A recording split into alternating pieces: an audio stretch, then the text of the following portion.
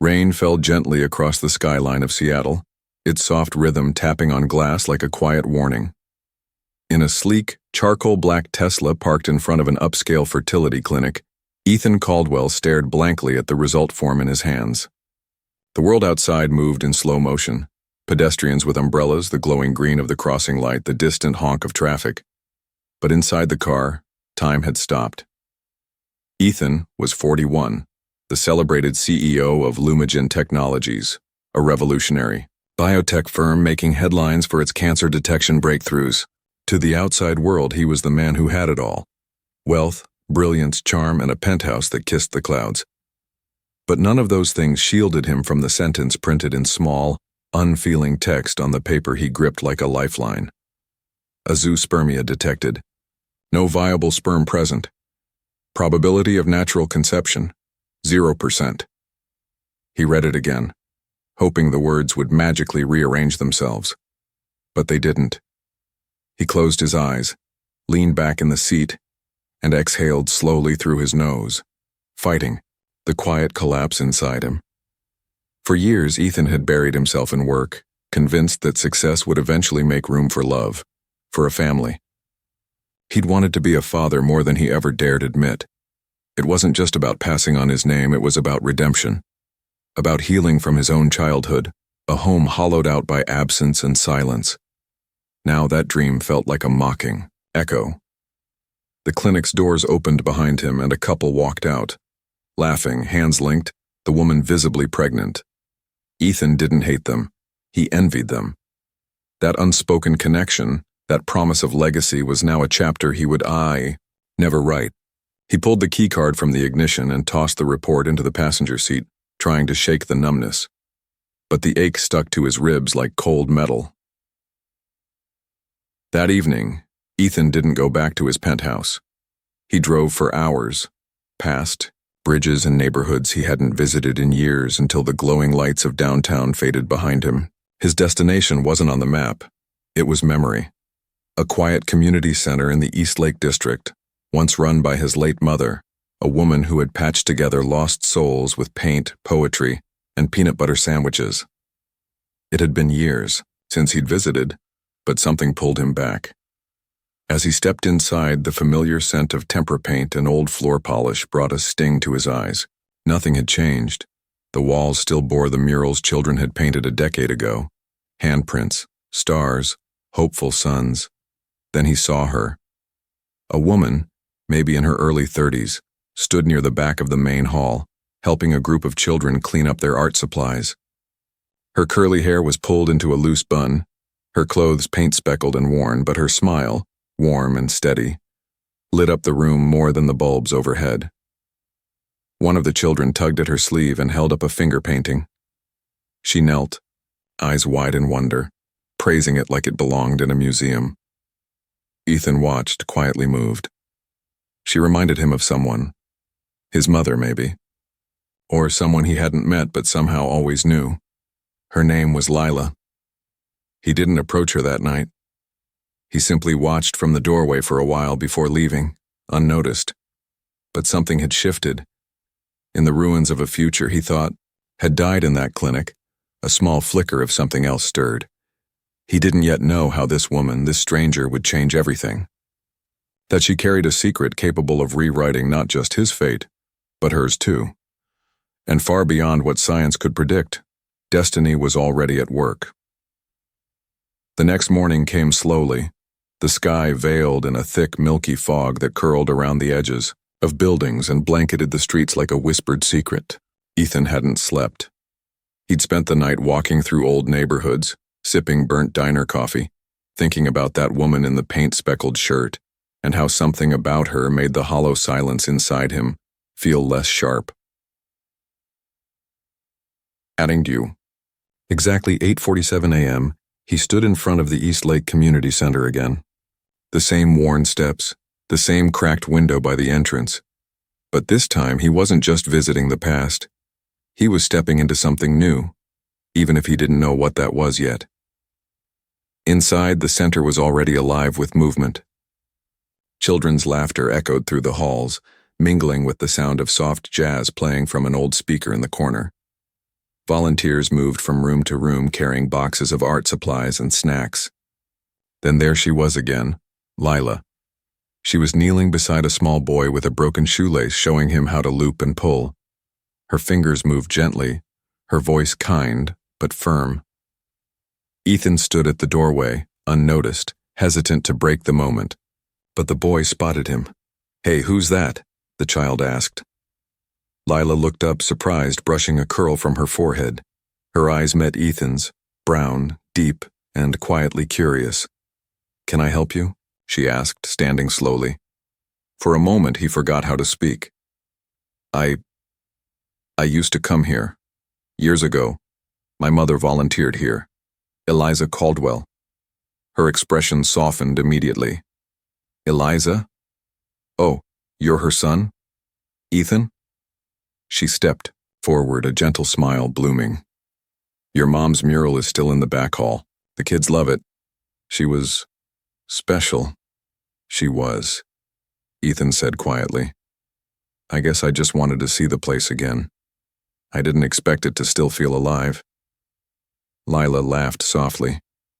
"Places like this don't die. They just get louder and messier." She glanced around at the paint smears on the floor and the paper cranes hanging from the ceiling. "I'm Lila, by the way." He nodded. "Nice to meet you, Lila." What started as a brief hello turned into a walk through the building, then a shared cup of tea in the break room, and soon after, a conversation that felt more honest than any he'd had in months. She told him about her background, how she had grown up in the system, shuffled from house to house, and how the community center had been the only place where she ever felt safe. She'd returned as an adult, determined to offer that same safety to others. "It's not much," she admitted, "but it's something.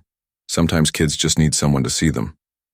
Ethan looked at her, the glow in her voice, the way she saw the world not through loss but through love, and he felt a strange pull in his chest.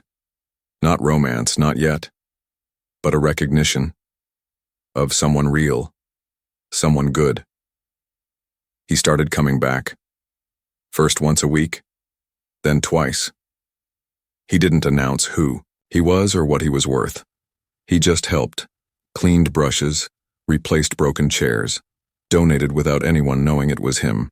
The children called him Mr. E, and for the first time in years he laughed from his stomach. With them, he wasn't a CEO. He was just Ethan.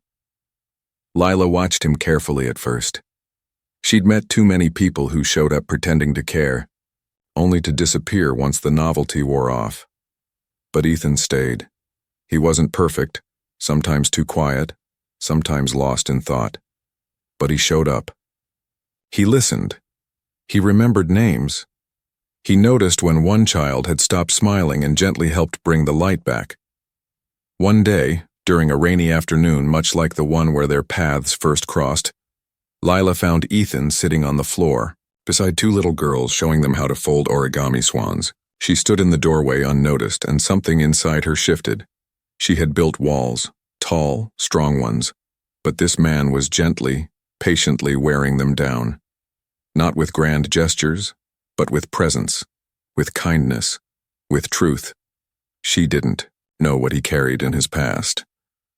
And he didn't yet know the truth she kept hidden, the reason she often paused when a baby cried, or the way her fingers lingered over tiny shoes at donation bins. But something between them was growing, slowly, quietly, like a plant pushing through cracked pavement. Neither of them knew that the most life-altering twist was still to come, that a secret, long buried beneath pain and fear, would soon rise to the surface. And when it did, it would bind them together in a way neither of them ever imagined. The wind shifted that evening, cooler than usual, rustling through the leaves outside the community center as if whispering that change was near. Inside, the children had gone home, the lights were dimmed, and the floors had just been mopped. Ethan sat at the small kitchen table, finishing the last of the donated cookies with a half-full mug of chamomile tea. Across from him, Lila scribbled something in a worn notebook, her brow furrowed in quiet focus. They'd fallen into a rhythm over the past few months, familiar, comforting, unspoken. Ethan never missed a Wednesday or Saturday. He became part of the fabric of the place, like the cracked tile near the entrance or the peeling rainbow mural in the back hallway. But this evening felt different. "You ever think about legacy?" he asked, his voice soft, thoughtful. Lila looked up, her pen pausing mid-stroke. "All the time," she replied. "But not the way people usually mean it. Not money, not fame." Ethan nodded slowly. "Same. I used to think my company would be mine. The breakthroughs, the patents, the tech, but lately I'm not so sure." She tilted her head, studying him. "What changed?" He hesitated, fingers tightening slightly around his mug. "I found out I can't have children, not biologically. It was unexpected." His voice didn't waver, but it carried the weight of someone who had practiced saying those words in the mirror 100 times. Lila didn't speak immediately. She closed her notebook gently and leaned forward.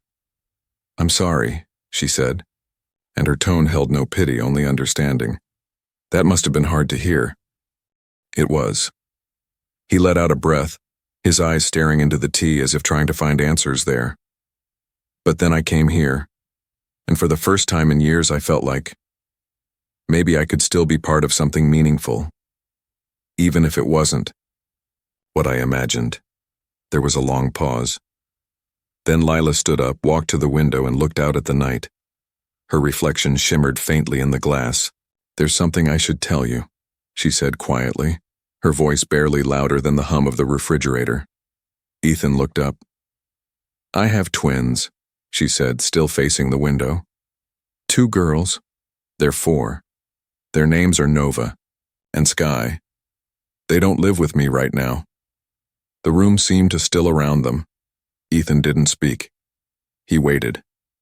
"I was in a very difficult place when I had them," she continued. "I didn't have support, no stable job, nowhere safe. I made a choice, a temporary guardianship agreement with a family in Oregon. It was supposed to be for a year. It's been 3. She turned to face him now, her eyes clear but brimming with emotion. "I've been working every day to build something stable, to prove that I can give them a real home. I'm almost there. Almost." Ethan blinked, processing. "You've never mentioned them." "I was afraid," she admitted. "Afraid you'd see me differently, or that you'd disappear." He stood up and walked over to her. He wasn't smiling, but his expression was soft, steadier than she expected.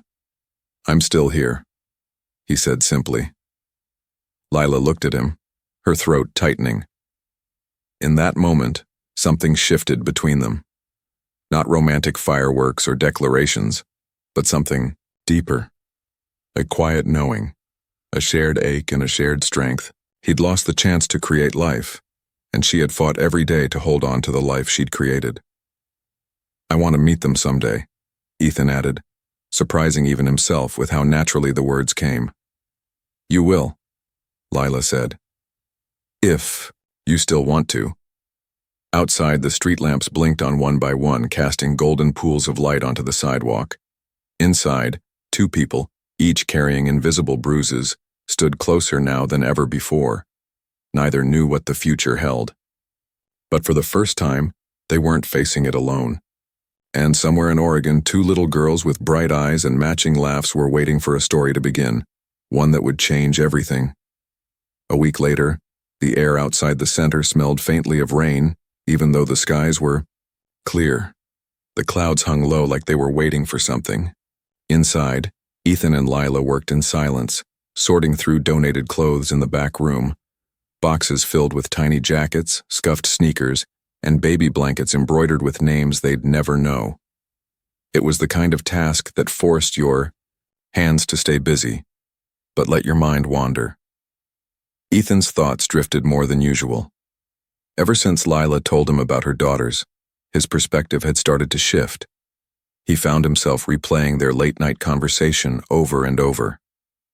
The quiet strength in her voice, the way she said "almost there" like a promise to herself, and more than anything, the image of 2 little girls, Nova and Sky, who didn't even know yet how extraordinary their mother was. "You ever think about just leaving?" Lila asked suddenly, her voice cutting through the silence like a Match struck in the dark. Packing up, driving across the country, and starting over? Ethan looked at her, startled. Not really. I think I've always been more of a stay and fix kind of person. She nodded slowly, folding a child's raincoat. Sometimes I think I should just go get them. Not wait for courts and agencies and paperwork. Just drive up there and bring them home. You could, Ethan said gently, but would it help long term? No, she sighed. But I dream about it anyway. There was a pause. Then Ethan said something he hadn't planned. What if we brought them home together? Lila froze, not in fear, but in surprise. Together? I've got resources, he said carefully. I know lawyers, family advocates. I'm not trying to fix your life, Lila. But maybe I could support the one you've been building. Her jaw tightened slightly. You don't owe me anything, Ethan. I know, he said. That's why I mean it.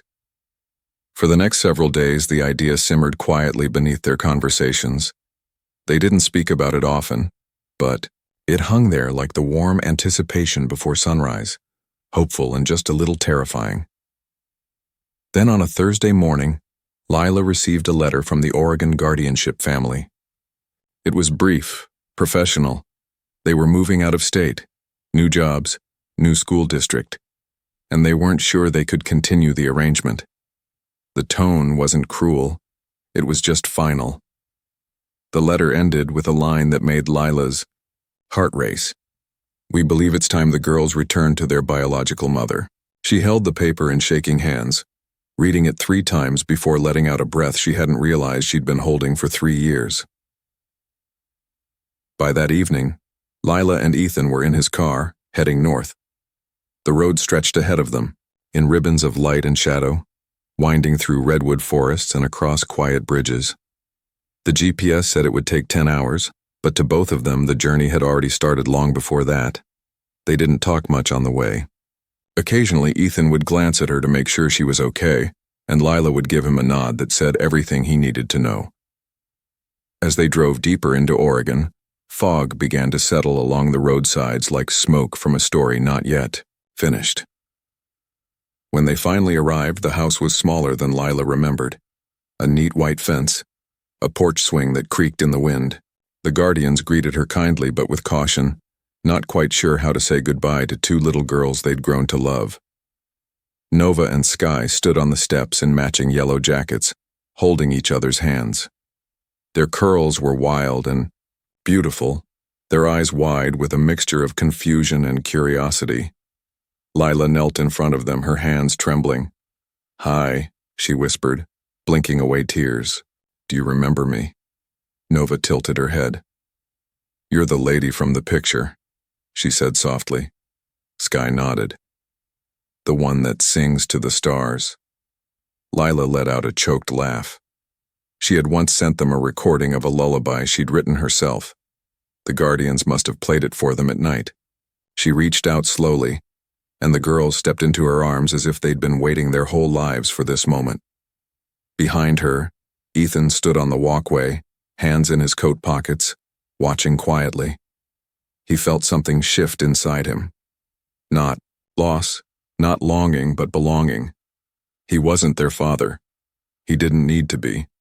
But in that moment he knew he would do everything in his power to protect this new beginning. The drive back was quieter still. The girls dozed in the back seat holding hands. Lila looked over at Ethan, her eyes full. Thank you, she said. He didn't say anything at first. Just reached over, gently squeezed her hand, and smiled. Sometimes the most unexpected family is the one that finds you after everything else falls apart. And sometimes the most powerful story begins not with certainty, but with the courage to begin again. Back in San Francisco, the apartment that had once felt too quiet for Lila suddenly pulsed with life. The twin laughter of Nova and Sky danced through the rooms, filling spaces that had only known silence for years. Crayons and storybooks scattered across the floor like confetti, and the walls began to wear their tiny fingerprints like proud tattoos of new beginnings. Ethan helped them move in without hesitation. He carried boxes, fixed the leaky faucet, and installed a bookshelf taller than himself for their bedtime stories. He never asked for recognition. He only seemed to want to be there, present and steady. Lila was still adjusting. The routine was chaotic and beautiful. Mornings were a rush of cereal spills and mismatched socks. Afternoons at the center became a dance of juggling paint-stained overalls and half-finished crafts. And nights, those were her favorite. Reading with Nova curled on one arm and Sky snoring on the other. One evening, as the sun dipped below the skyline, Lila stood on the balcony, arms crossed, watching her daughters build a fort out of couch, cushions. Ethan stepped out quietly beside her. "They're thriving," he said softly. "I still wake up scared," she admitted. "Scared someone's going to take it all away." "No one's taking anything," he said. "You built this. You fought for this. And you're not alone anymore." She looked at him, her voice barely above a whisper. "Why are you really doing all this?"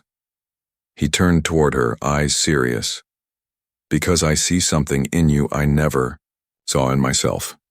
Strength, purpose, and heart. I spent so long building a life that looked perfect on the outside, but it was hollow. And now, he said, I feel like I'm part of something real, even if it's not mine by blood." Lila didn't answer right away. Her heart was pulling in 1,000 directions. Gratitude, fear, hope, the vulnerability of happiness after pain. She glanced back inside and saw Nova waving from inside the pillow fort. "Mommy, we made you a throne." Lila smiled. "Coming, Your Highness," she called, then turned to Ethan and added, "You're coming too. The royal advisor is needed." Ethan chuckled, following her inside. As they settled into the silly fortress, Sky climbed into his lap without hesitation. He froze, not wanting to disrupt the moment. "She likes you," Lila said, watching. "I like her too." They stayed there until the girls fell asleep, nestled between them, the room lit only by the glow of fairy lights. And for the first time, in a long time, Ethan felt something he couldn't quite name. It wasn't just contentment, it was peace. But peace wasn't the end of their story. It was the calm before something even bigger. One morning, weeks later, a man in a sleek black suit arrived at the community center. He carried a briefcase and a condescending smile, and he asked for Ethan by full name. Mr. Julian Ethan Hartley. Lila looked up from her desk, startled. "Is something wrong?" "I'm with the Hartley Board of Trustees," the man said crisply. "There's been a review. Since your disappearance, investors are uneasy. Your absence has cost the company millions. There's a vote scheduled in 2 weeks to determine whether you'll retain your position as CEO." Ethan's jaw tightened. "I'm still majority shareholder." "Barely," the man replied. "It's not just about numbers. It's about presence, visibility, leadership. You've vanished into whatever this is," he said, gesturing around at the paint-splattered walls and laughing children. "And the board believes it's not a good look." Lila stood slowly. "This whatever this is saved his life. Maybe you should try it sometime." The man's face remained blank. 2 weeks, Mr. Hartley. The decision will be final." When he left, the silence he left behind was heavy. Ethan sat down slowly, rubbing his temples. "I knew I was running from something," he said quietly. "I just didn't think it would catch up so soon." Lila knelt in front of him. "What are you going to do?" He looked into her eyes, those same eyes that once pulled him from the edge of death. "I'm going to fight, not just for my company, but for what matters now. For you, for them, for this." Lila's heart clenched. She knew the world Ethan came from was cutthroat, cold, and merciless. And now, he was walking back into the fire, but not alone. The next chapter of their story wouldn't be easy, but it would be theirs. And this time, Ethan wasn't just protecting his legacy. He was fighting for a future worth living for. The morning of the board meeting dawned with an uneasy quiet. Ethan woke before sunrise, the city's faint glow barely filtering through the curtains. His mind was a storm, calculations, strategies, fears swirling endlessly. He dressed carefully, the weight of the impending battle pressing on his chest, like a physical thing. Today was more than just a vote. It was a test of everything he had become, everything he was fighting for. Lila watched him prepare, her usual warmth tempered by concern. "You don't have to do this alone," she said, softly. He paused, meeting her eyes. "I know, but I have to face this, for us." In the car on the way to the towering glass building where the board met, Ethan's thoughts drifted to the journey that had brought him here, from the sterile hospital room to a chaotic home filled with laughter and hope. He realized that the richest parts of his life were no longer measured by profits or shares, but by moments like those. At the boardroom, the air was thick with polished ambition and silent judgment. Investors, executives, and lawyers filled the room, each face a mask of skepticism or expectation. Ethan took his seat, trying to steady his breath as the meeting began. The opposition was fierce, questions about his recent absence, doubts about his leadership, murmurs about the distractions of his new lifestyle. But when Ethan stood to speak, he spoke from a place few had seen before, honest, vulnerable, and fiercely determined. He shared the story of the accident, the discovery of his sterility, and the unexpected gift of meeting Lila and her daughters. He spoke of resilience, the true meaning of legacy, and the power of fighting not just for profit but for love and family. Silence settled over the room as he finished. The usual cold calculus seemed to soften, replaced by something resembling respect. Days later, the vote came. The board decided to keep Ethan as CEO, but with new conditions. He would share leadership with a trusted partner, someone who could balance the business with his new responsibilities. Back at home, the victory was bittersweet. Ethan and Lila stood on the balcony, watching Nova and Sky play in the garden below. "We won," he said quietly. "But the real fight is just beginning," she replied. Together they faced the future, an uncertain path filled with challenges, but also with hope. Their story was no longer about loss or limitation. It was about courage, transformation, and the unbreakable bonds that form when people dare to believe in second chances. As the sun set over the city, painting the sky in hues of gold and purple, Ethan knew one thing for certain. Life's greatest victories are not won in boardrooms or courtrooms, but in hearts brave enough to embrace change and love without reservation.